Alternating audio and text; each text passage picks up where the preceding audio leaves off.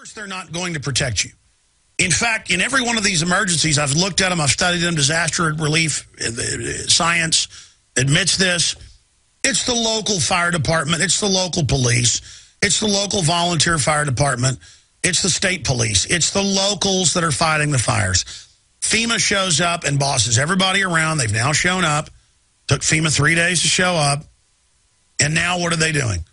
They're calling everybody in to boss everybody around and tell them what to do in the chain of command instead of fighting the fires. And now some of the fires are getting worse. Austin is encircled by a ring of fire. They're just in any direction. If you get up on a rooftop, there's big black clouds like a war's going on. Ever seen old black and white footage of World War II out on the Eastern Front where the Germans and the Russians are fighting each other and there's just smoke across the horizon or in all directions? I've seen old color film of it. Exactly what it looks like. It's prairie fires. It happens. But now there's people built up in and along it.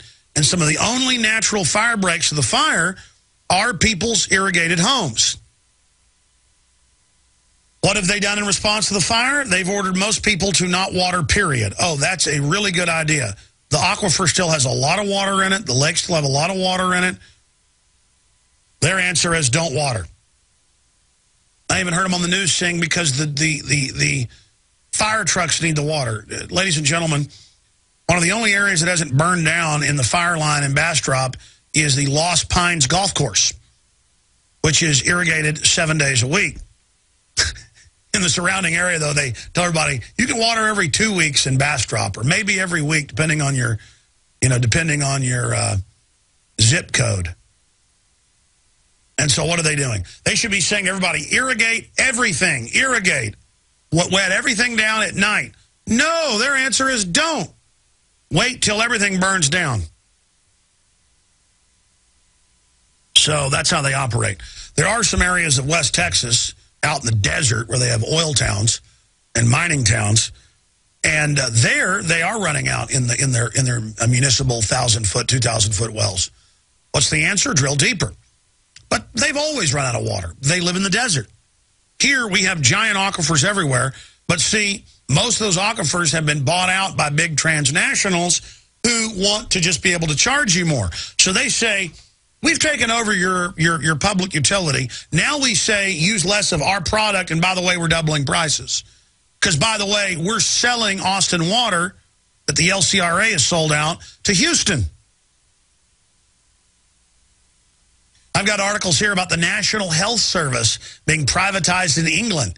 Oh, they've already done tests. You think an 18-month wait on a brain tumor that's 100% operable in 1 month, but almost 0% operable, a death sentence within 6 months? You don't like waiting 18 months for that and dying? How about 2.5 years? German companies, other companies coming in, taking over their National Health Service. This is globalism. This is how you get conquered economically. You pay for the lakes to be built. You pay for the dams to be built. You pay to have the power plants built.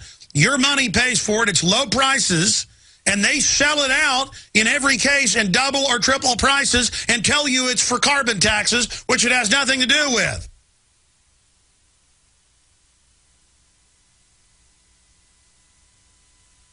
But don't worry, when they shut down Texas power plants all over the place and don't let new ones open, don't worry, we'll just get our power from Mexico like we now do, large portions of it, where they have no environmental controls on the stacks. You go look at Mexican power plants online. They're just a small building and a big smokestack. They don't have the whole extra building that's the scrubber that's got, in some cases, hundreds of miles of tubing and tanks and everything. They send it through where nothing comes out but carbon dioxide and water vapor. No. It's going to off-gas all that mercury and lead, send it right over in clouds over Texas where I live. But nobody cares because it's fun to get cheated. All right, I've already digressed off into this long enough. But if you are in Central Texas, we're going to open the phones up just for you after I get into some of the other news.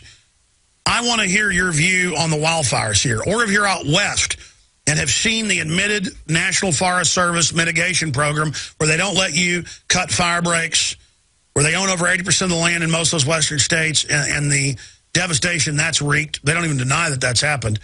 That's on record. What do you think? Do you feel safer? Rick Perry, for another photo op, has shown up to hand everything over to FEMA. Why isn't Rick Perry saying, where is our National Guard? Why is over 90% of it overseas, building fences in other people's countries, running checkpoints instead of on our border, and growing opium? I can show you a newscast, the National Guard growing opium. How did you let Rick Perry 6 years ago, and then completely 4 years ago with the John Warner Defense Authorization Act, why did you let the government take the National Guard away from the states? Mr. 10th Amendment, Mr. States' Rights. We know you were Al Gore's chief of staff in Texas. We know in 93 and 94 you endorsed Hillary Care and said we needed National Health Service. We know you support forced inoculation, handing over our infrastructure. Go to Bilderberg. We know you like to go to transvestite bars. That much is admitted. On your expense account. I understand. Bohemian Grove, it's of the Lord. You don't get elected as a Republican president. I guess Ron Paul doesn't dress in women's clothing, so he doesn't get to be president. I understand.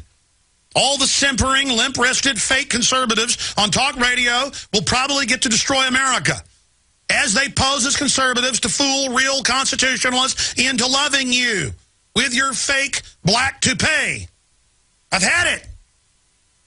I've had it with you. Make me sick. And Mitt Romney is almost as bad. He was not Al Gore's chief of staff, but he does support carbon taxes, and he did support National Health Service. I mean, you idiot. Let me tell you something. I listen to mainline neocon radio, and I want to throw up as they talk about the evils of the Democrats and the idiocy of the Democrats all day long. And sure, that's a bunch of bamboozled morons on average who think the government's going to give them a free lunch. Oh, thank you, Mr. President. I get a free car now. I get free mortgages now. Oh, thank you. And Obama went along with it when old ladies and people would say, thank God I get everything free now. He sat there and smiled at them like a wolf looking at a addled sheep that it was about to eat. But you mainline conservatives who like to snicker and make fun of Ron Paul, like to call him a kook, and like to dawdle around and toddle around like morons.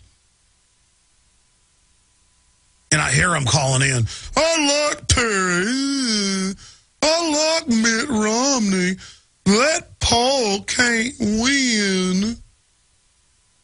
I mean, was there never a con job you didn't buy into? Was there ever a scam you didn't fall? But see, you don't care. You like feeling like you're a winner. Saving the dollar, saving our manufacturing, saving the Second Amendment, saving our future doesn't matter to you. You like to go to your Republican country clubs or go to your good old boy events or go hear your state rep speak who's a mainline Republican and feel official. Or you like the little letter you get sent from Republican fundraisers of your favorite candidate, hand-signed by them, which isn't. And you like feeling like, we're going to get that Obama. You're going to be in power soon. Oh, we're going to show these Obama people. It's the same thing the idiot Obama supporters thought. They thought they were buying into their guy and that their president was in there and they got personal power through it. The very same mega banks that have set up the world government, the corporate receivership system meant to destroy every form of sovereignty. Those very groups are the ones that are financing Rick Perry. They're the same ones that financed John McCain. They're the same ones that are going to finance Obama again this round. If you go with an establishment candidate, their rhetoric doesn't matter. Their actions are what matters. And Mitt Romney and Rick Perry scream at you that they're basically Republican Al Gore's or Bill Clinton's. And you're so weak-minded. I remember 6 months ago, a year ago, telling you, some of you mainline Republicans, that Rick Perry worked for Al Gore and that Rick Perry supported carbon taxes and so did Mitt Romney. And I got your email saying I was a liar. And I saw the news article saying I worked for Obama. You people are truly morons. I work for the American people and the Republic and common sense and survival. I'm exposing the fact that the globalists own all the major candidates but Ron Paul. 800-259-9231. Ask yourselves, what are you doing in this time of great challenge? What are you doing to unlock minds?